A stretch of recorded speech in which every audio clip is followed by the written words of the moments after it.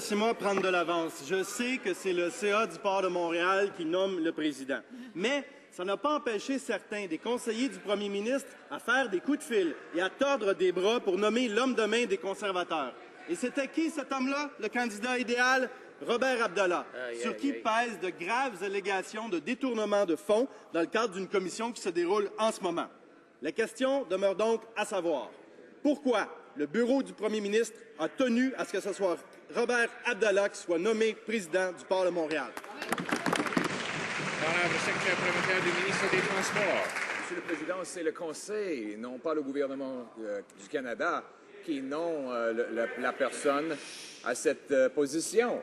Alors pourquoi pose-t-il des questions à l'égard des nominations que nous ne faisons pas et qui n'ont pas été faites? The real question he should be answering was... La question à laquelle le député devrait répondre, c'est pourquoi, sur 9 ans, il a fait des dons au parti le plus séparatiste du Québec, le parti Québec solidaire, qui est l'un des plus séparatistes du pays et qui refuse maintenant de se dire fédéraliste. Petrie.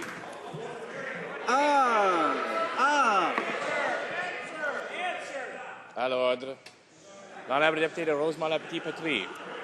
Monsieur le Président, je comprends maintenant pourquoi le député de Nepean Carleton s'amuse à poser des questions. Il se prépare pour son rôle dans l'opposition en 2015. Mais aujourd'hui, c'est à lui de répondre aux questions. Monsieur le Président, les faits demeurent. 20 millions de tonnes de marchandises transitent chaque année par le port de Montréal. Et le choix du bureau du premier ministre pour superviser tout ça, un type qui semble être trempé dans un paquet d'histoires louches. Les conservateurs ont laissé leurs empreintes partout dans ce dossier-là.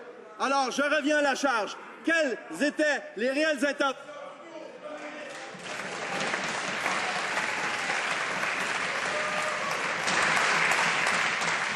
L'honorable secrétaire parlementaire du ministre des Transports.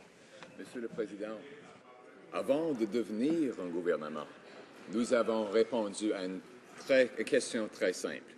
Est-ce que nous croyons dans le Canada? Oui, ici au Canada, nous croyons dans le Canada.